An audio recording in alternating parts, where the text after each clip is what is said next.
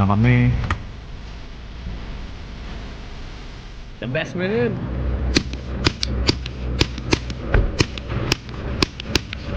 Takas lang tayo saglit kaya Stig. Tulog pa yata yun. Ganda ng lugar dito, men. Oh. Pare, na-miss mo ba ako, pare? Ano, miss kita pare. So, tagal ng panahon pare. Nakita. Oo, miss natin. Lagi kami dito lagi. Pabalik-balik kami dito. Ngayon lang ulit nakabalik dahil nga sa nangyari sa atin. Kita-kita na lang tayo mamaya. Ganda din yung barko na tatambayan natin. Mali. Ay, ganda ng CR oh. Ito mga staka ng kahoy. Ito may mangga rin dito sa harap ko. Saka face mask na. Anong pangalan mo tayo? Ding po. Bing Bing! Parang naka bling bling. Naglilinis pa lagi na sahig tsaka ding ding. Gawin kasi ng ano kayo, kataan. Ngayon ako punta tayo sa Urok. Isang isla doon na maliit. Ang ganda nun kasi blue talaga yung tubig ko. Ingat! Suri! Suri! Makikisakay na naman tayo ngayon doon sa yate nila dito naman. First service natin muna ngayon araw. Tingnan mo yung tubig dito, Tol. Oh, blue talaga. Kala mo ano? Gatorade. Diba? Ano yung Gatorade yung kulay ng ganyan? Gatorade blue. O, basta yung ano mo. Oh. Ito ng tubig, Tol. Tawid lang tayo dito. Yung yate natin. Ano? Baka tumaog ka dyan, Maymay. Nag-aalala ako para sa'yo. No? Don't jump daw. Kaya mo ba mag-jump? Tayo mo ka-jump. Yung pa niya, tingnan niya, papaya ka. Uy! Kwarto pa oh! Dali, dali! Uy! What? Ganda oh! Dito ka natutulog! Parang ano to, camper van sa dagat. May view ka dito. Ito CR. Oh damn! May CR ang sarili no. Ito yung mga ganitong bangka no. Oh! Nandun pala yung driver sa taas. Okay, ayos ka na dyan kuya? Saan ang buhay mo dyan ah? Akit tayo, akit. Manila kami ano. Speedboat.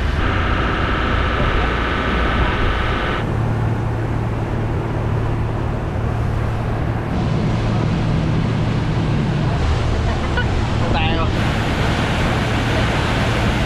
Ganda na ito, talagang chill ka lang talaga kung relax ka lang. Ito sa taas, mahangin, malayo yung tanong mo, ayun oh. Tanong mo, marami kang makikita. Mas marami kang makikita. Si Kuya, oh, Kuya, what's up? Yeah! Doon kami galing kanina, yun yung beach na yan. Pero yung barko yung sasakyan namin na to, doon talaga galing. What's up? Good ka dyan? Sana balang araw magkaroon tayo ng ganito. Mangarap tayo ng mataas para kung di man natin maabot yung taas ng pangarap natin na yun. At least we're almost there. Kung itutuod mo yung pangarap mo sa pinakataas, di mo man marating yung pinakatuktok na yun, nasa 90% ka lang, nasa 90% ka pa rin. Kaysa naman nangarap ka ng pag 20% lang, tapos di mo narating yung 20%, pang 10% ka lang, di nasa 10 ka lang. Sagad mo na tol, sagarin mo rin yung kilo, sagarin mo rin ang sipag, sagarin mo rin ang talino, lahat. Law of attraction, balang araw magkakaroon tayo ng alright? Pew! Banat Dek! Sumayad yung makina, hindi kasi pwede sumayad dyan, tapos kitong hinihila natin. Diyan ka na lang, Dek. Uy, sayo na tayo. Agoy! Uy! Paulit na dyan! So, tuloy na tayo biyahe. Let's go! Ay, nasa na? Ayun, nandiyan yun! Dolphin! Kita nyo, ganda, di ba? Nilipat tayo ng sasakyan dito na. Mababaw na eh. Puro salabay na maliliit oh. Tara. Ingat kayo dyan! Ayun na yung beach! Napagbabago din to! Wow! Nakita natin, hinelcome tayo ng dolphin. Yeah! Hindi na nakikita dito pero may pawikan kami na nakikita dito. Dami dyan oh. Welcome to the paradise! Lam? Bit-bitin na natin to. Dek, tira mo na yan, Dek. So dito na tayo sa island. Sana kasama natin dito si Astig ano. Di ba, babalik tayo kasi Babalik ngayon tayo, parang ano guys. lang natin to eh. Survey lang kami. Survey lang natin to eh, para makita natin yung lugar. Tapos dito na tayo titira. Yes. Dito na tayo Ito muna tayo. Joke lang. Kaso dito saan tayo paano tayo mag-upload internet natin? Di pa tayo ang cameraman. Doon tayo mag-upload. Takas ng internet. Malakas internet doon. Edit natin solar, battery pack ko. Ayos. Punta tayo doon mamaya. Susunod pagka nalinis na to, nabuksan na to, pwede na kayo pumunta dito. Tutulong kami malinis pa nito para welcome na kayo lahat sa susunod. Alright ba yan? Ito, i-repair natin itong mga room kasi ipapalintahan na natin para magamit pa natin hanggat renovate natin. accommodate ng tao. Palitan muna natin ito ng bubong, yung mga kailangan natin sa bubong. Ngayon, puntahan natin yung doon sa may dulo. Check natin kung ano pang kailangan gawin dito. Mga CR o ano bang... Parang gusto ko na mag-swimming. Ganda oh! Ano mo yung beach? Pulburon na apakan. Gusto nyo bang tumira tayo dito? Pag umuwi sila sa inyo, dalik agad kami dito. Oo, pag nagsabi kayo na dito na kami titira, dito talaga kami titira. Papakita namin sa inyo. So, okay, trabaho na tayo ulit. Alamin na natin ano pa yung mga kailangan dito. Ito yung CR nila. Pinturahan yung pader. Pabuksan to? Basag yung inidoro? Bakit? Tinungtungan. Tinungtungan siguro Buti hindi yun. nabiyak ang hita. Yun lang ang hindi ko alam. Titiktikin lang yan. Okay na ba itong dalawang CR lang? Isa dito, para to doon. Tapos magdagdag ka ng isa doon. Palitadahan. Yun nga, palitadahan natin. Kailangan mo itong simulan to, palinis talaga dito. Kamusta yung balon dyan, tay? Okay naman po? Mainom? Nasain ko yan. Tignan ko na lang, tay. Mga 2 feet nga lang to na culvert. Dalawang culvert. Itaas na natin. Para hindi magbalik yung kwan. Para yung buhangin, hindi rin papasok.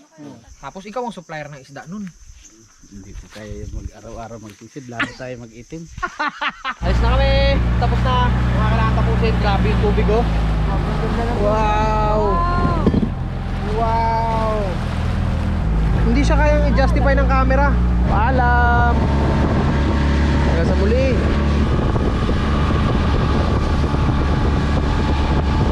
Ganda ng tubig, oh. Kaya, yung malalim na yan, kaya ko sisirin yan sa garin sa ilalim eh. Kahit yung nandun kanina. Joke lang. Na-miss ko lang kasi talaga. Na-miss ko lang talaga. Ang init kasi dito ngayon. So parang pakiramdam ko kapag bumaba ako dyan, tapos sumagad ako dun sa ilalim, dumapa ako dun ng mga 10 minutes, 15 minutes. Hindi na ako aahon. Puntahan natin yun. Southburn! Dek! Ano dek? Paano mo dek? Pakisalubong. Okay. Go, akit. Okay. Ito na yung spot natin. Ibang klase rin talaga yung ganda nito. Ganda rin, oh. Wala mo nakikita yung tubig. Wow. Very nice place. Kasi natin pupuntahan nyo kasi baka magalaw sila. Birds dyan. So, hanap tayo ng spot kung saan natin lalagay yung cottage dito. Matatanggal pa natin yung mga tuod na yan, kuya, no? Pwede po. Itong mga ganitong tumba. Chop-chopin na natin, ikap. Kailangan po siya, may sinso eh. Walang sinso. Sinso. Kabilaan, no? Pwede rin. Parang ganito magiging setup yan eh. Ayan, oh. Ito yung kubo. Kasi ito, tanggalin, lagyan ng buhangin. Eh, nabi, baba ano yan? Hagdan. Hagdan ka dyan pababa. Wow, escort. Yan. Muna kami ulit, ha. Bye-bye! Baby! Bye! Paano naman okay? Ayan. Hindi kami naligo kasi kung maliligo kami, mabilis lang din. Bitin. Lamig po ng tubig, oh. Ay, hindi. Alam ko na. Uhaw lang tayo.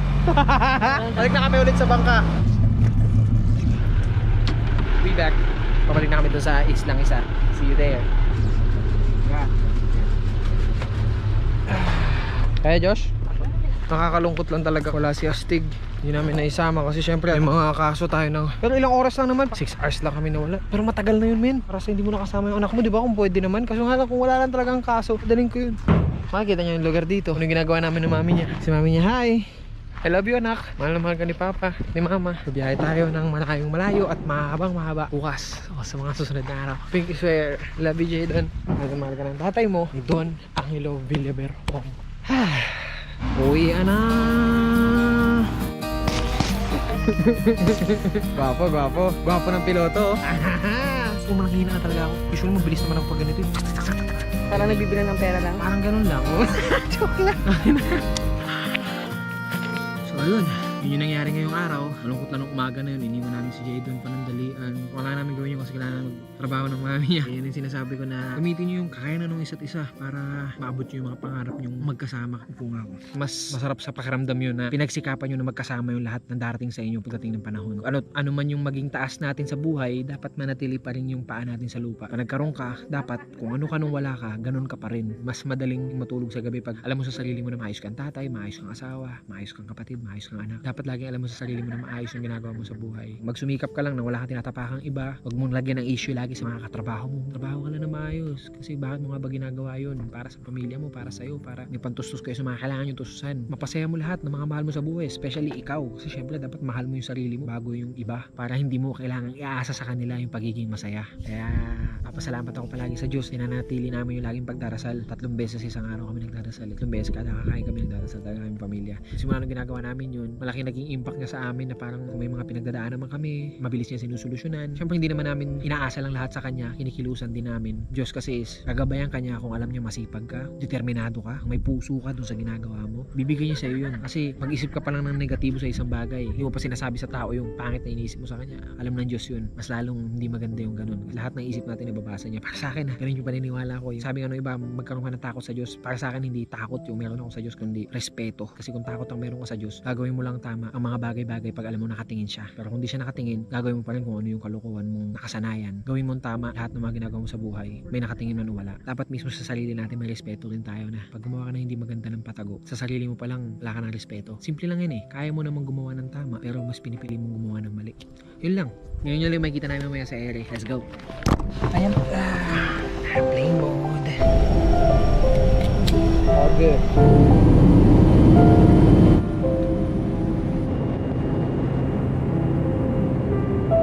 Nice! Daming container pa, no? Daming ano to, no? Mga barracks. Buo na talaga yung airport. Galing. At least, kung ano yung nakikita ko, nakikita nyo rin. Sana, na-appreciate nyo.